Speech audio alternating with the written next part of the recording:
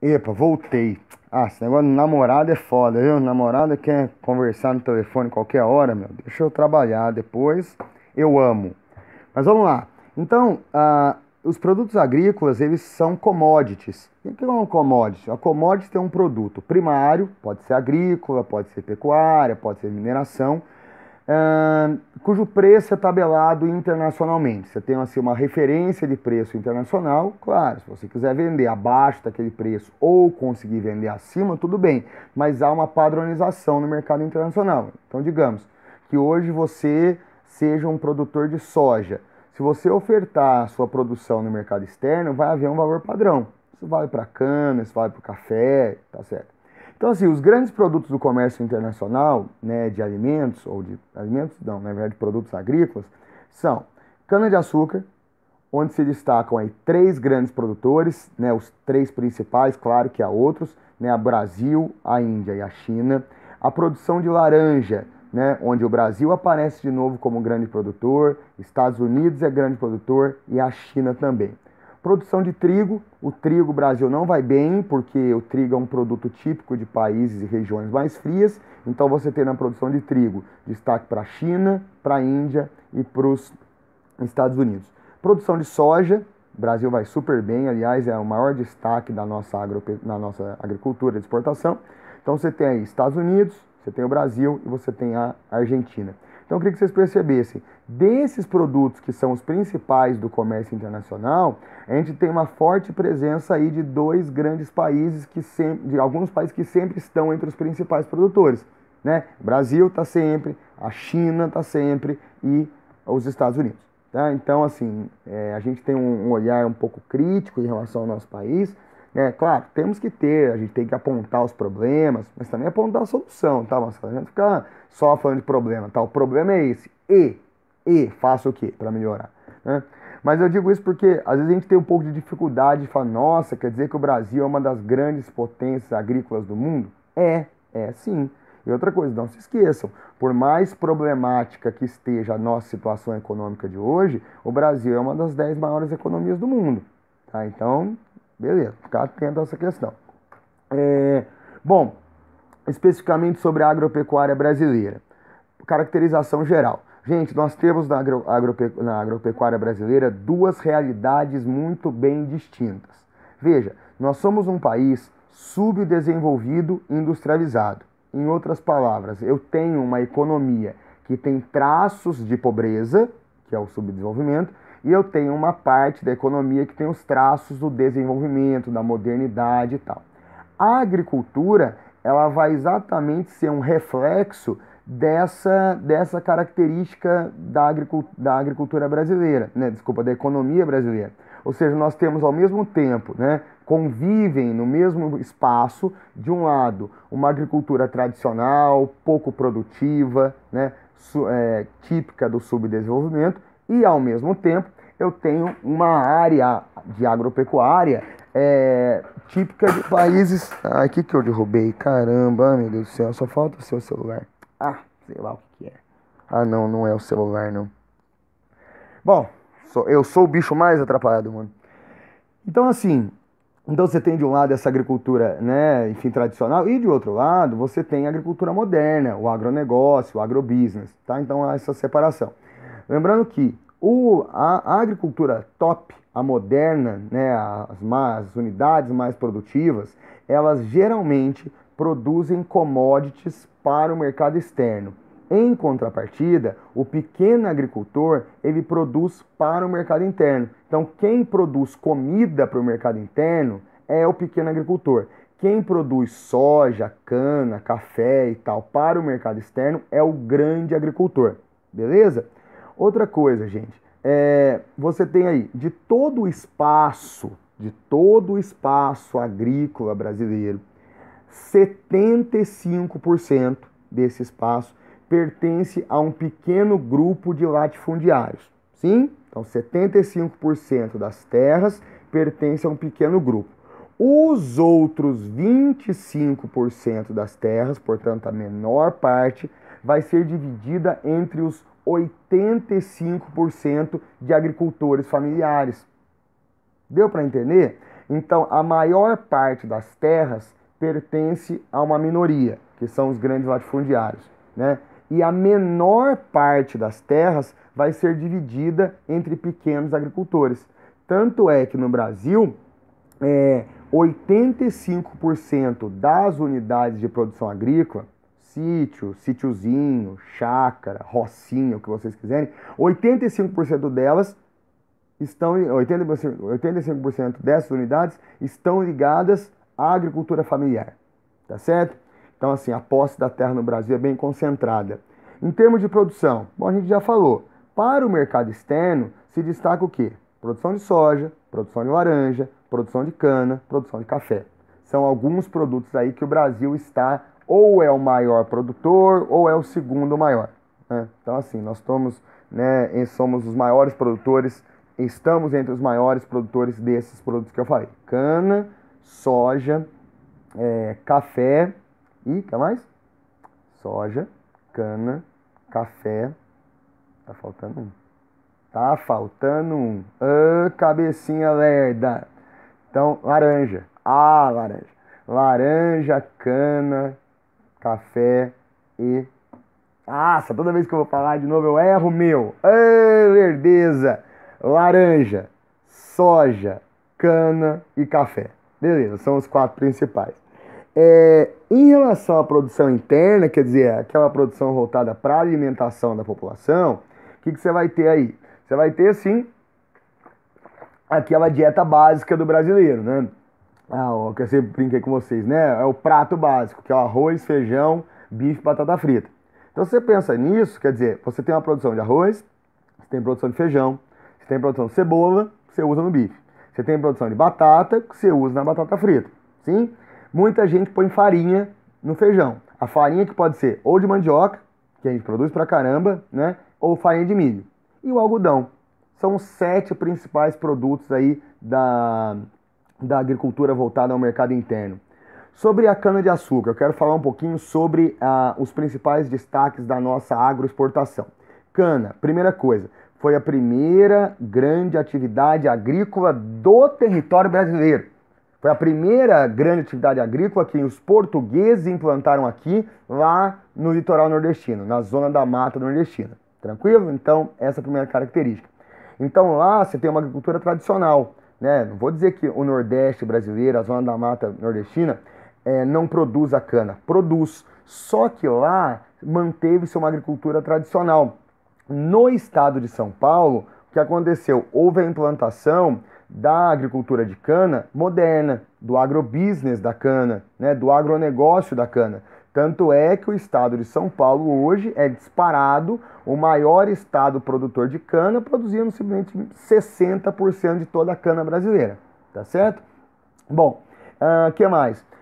Parte dessa... Porque, cara, se você está falando que os caras que produzem cana em São Paulo são pessoas do agrobusiness, esse pessoal do agrobusiness, eles tomam decisões com base no seguinte, o que está dando dinheiro, entendeu? Tanto é que vários eram antigos fazendeiros de café que perceberam que a cana estava muito mais lucrativa e, portanto, pararam de plantar café e passaram a plantar cana.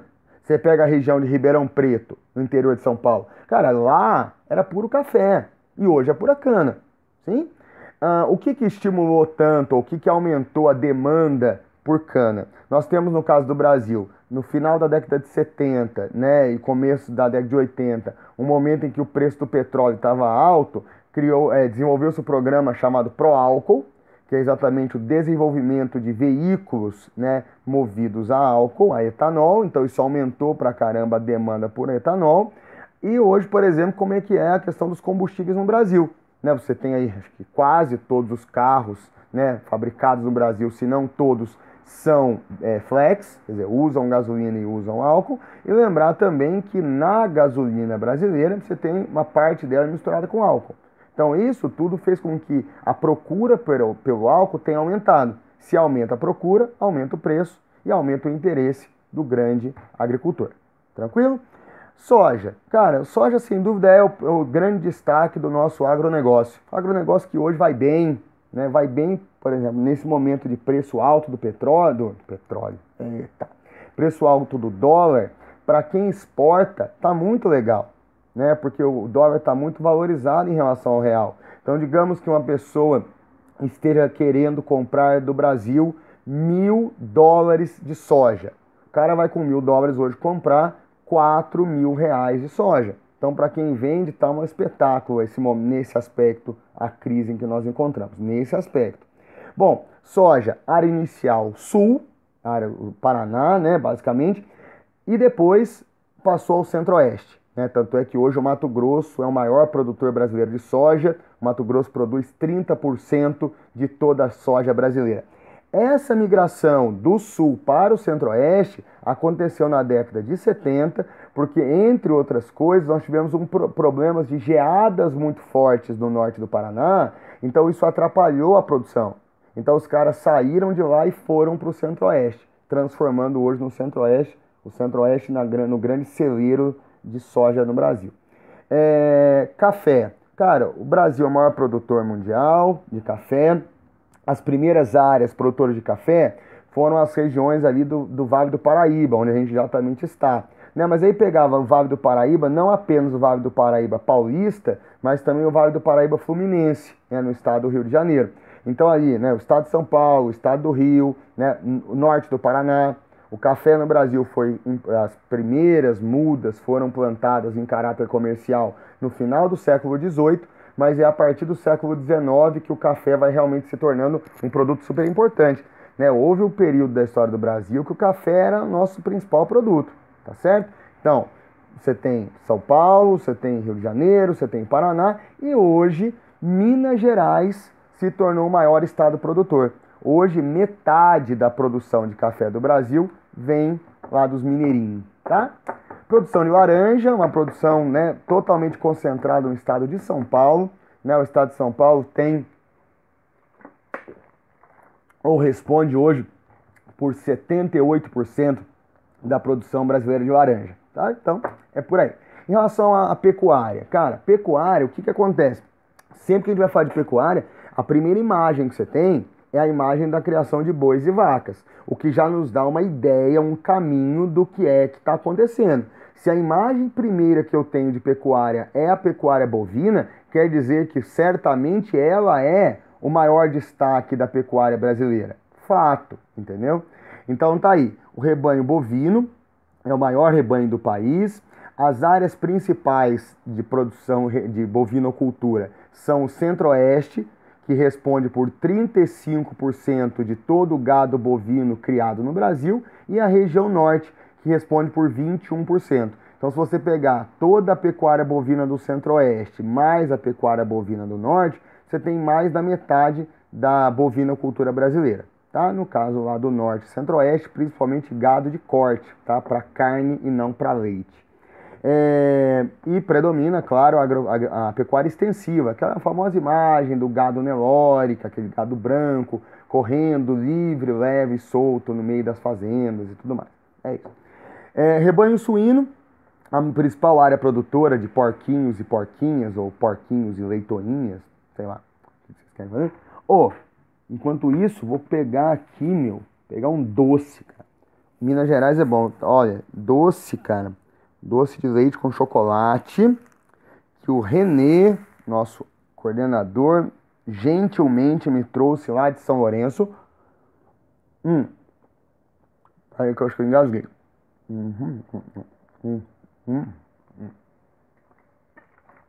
Nossa, o doce tá bom, mas engasguei. Agora vai. Então é o seguinte, então rebanho suíno. A região sul é a principal área produtora. O sul responde por 50% da produção de porcos.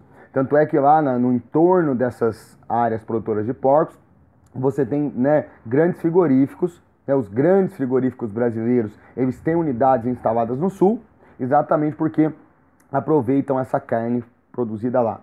Em relação à criação de aves, claro, destaque total para galinhas, galos, pintinhos e tal.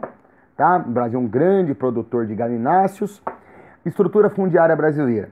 Gente, estrutura fundiária nada mais é do que estrutura da posse da terra. Posse da terra. Que no Brasil a gente já falou. A posse da terra no Brasil é um troço totalmente concentrado. Repito, eu tenho uma minoria de agricultores que tem a maioria das terras. É isso. Por que que é assim? Para você explicar isso, você teria que resgatar toda a história do Brasil. Né? A colonização portuguesa no Brasil começou com terra concentrada.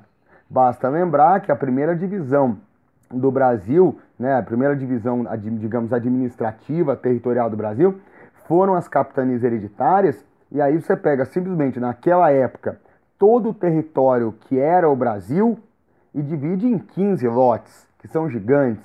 Depois esses donatários pegam esses lotes gigantes e dividem em sesmarias, que também são lotes gigantes. E ao longo da história do Brasil, houve muitas mudanças de governo. Nós já fomos colônia, nós já fomos império, nós já fomos república, somos república, né? Na república a gente já teve democracia, ditadura, presidencialismo, parlamentarismo, tudo. Mas essas mudanças políticas, elas não significaram mudanças econômicas significativas, por exemplo, em relação à posse da terra. Nunca houve uma grande reforma agrária, por exemplo, né? Aliás, o que tem acontecido, né, o que aconteceu depois da independência, inclusive, você pega no século XIX com a Lei de Terras de 1850, a Lei de Terras vai dizer o seguinte, a partir de hoje, isso era 1850, você só pode ter terra se você comprar. Ou seja, a única via de acesso à terra era compra e venda. Ora, se eu tenho como via de acesso exclusivamente a compra, só quem tem grana pode ter terra. Ou seja, eu torno a posse da terra uma coisa elitizada. E assim foi. Né? O Estatuto da Terra de 64 tenta trazer alguma coisa em relação à reforma agrária, mas realmente não consegue. E assim, eu não tenho muita esperança não, saca, de reforma agrária. Porque dependeria muito da vontade política. E como é que eu vou ter vontade política de reforma agrária, quer dizer, de governo, né, desapropriando terras e distribuindo para quem não as tem, sendo que o nosso meio político é dominado por latifundiários? Né? Você pega os grandes caciques da política brasileira, todos são latifundiários. Né? Então, esses caras não querem reforma agrária, não querem ser obrigados a vender terras ao governo para que o governo distribua-as aos sem terra, entendeu? Então é por aí. A região, o Brasil rural, não é um Brasil pacífico, nós temos vários conflitos no campo, né? E aí a gente colocou alguns itens em relação a isso. A questão da atuação do MST, né, o Movimento do Sem Terra, um movimento criado em 1984 que defende a reforma agrária, né, que é exatamente, para quem ainda não está entendendo reforma agrária é o seguinte, o governo chega, quando ele considera uma determinada terra improdutiva, o governo desapropria essa terra. O que é desapropriar? Desapropriar é comprar aquela terra de forma obrigatória, ou seja, o cara vai ter que vender para o governo querendo ou não querendo. O governo desapropria essa terra, pega a terra e distribui para o sem terra. É isso que é a reforma agrária. Bom, no meio rural brasileiro a gente tem algumas situações, né, algumas situações especiais de pessoas fora da lei que ocupam terras no Brasil, que é o caso dos poceiros, né? Eu vou classificar um indivíduo como poceiro quando ele toma posse da terra. Ele toma posse da terra sem ser proprietário, sem ter documento de posse.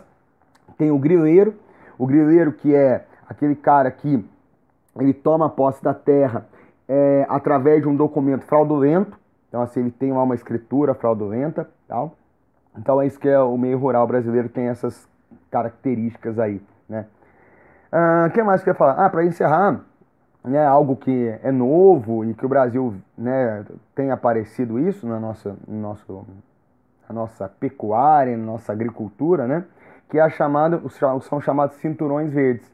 O que é o cinturão verde? O cinturão verde são unidades produtivas pequenas de produção de comida que se instalam no entorno das grandes cidades para abastecerem os moradores dessas cidades com comida. Não se fosse cara assim, por exemplo, sei lá, em Paraibuna, você tem na região de Paraibuna, não sei, estou dando exemplo, não sei se é. Em Paraibuna você tem lá um grupo de pequenos agricultores que produz, sei lá, feijão, e aí eles pegam esse feijão e comercializam em São José. Então essa área onde se concentram esses agricultores de subsistência ou que vão produzir para o mercado interno, no entorno de uma grande cidade como São José, formariam aí um cinturão verde. Tá bom, pessoal? É isso aqui, acabou. Estudem tranquilos, façam aí, estudem um livro, caderno, assistam a esse material a quantidade de vezes que puderem e quiserem. Qualquer coisa eu estou à disposição. Beleza? Um abraço, bons estudos para vocês e eu vou continuar aqui com o meu docinho. Fui!